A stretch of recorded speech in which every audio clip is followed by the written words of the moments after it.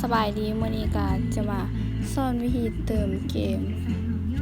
ด้วยบัตร True Money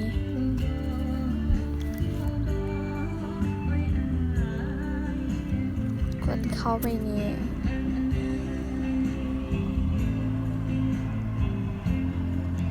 เข้าสู่ระบบด้วย Facebook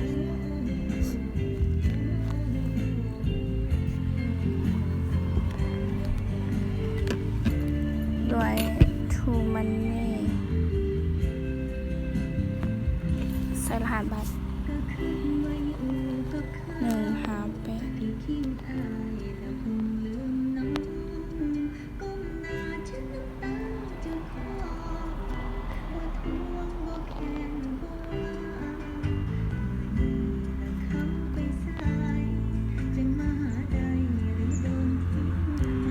สำนี้ก็จบ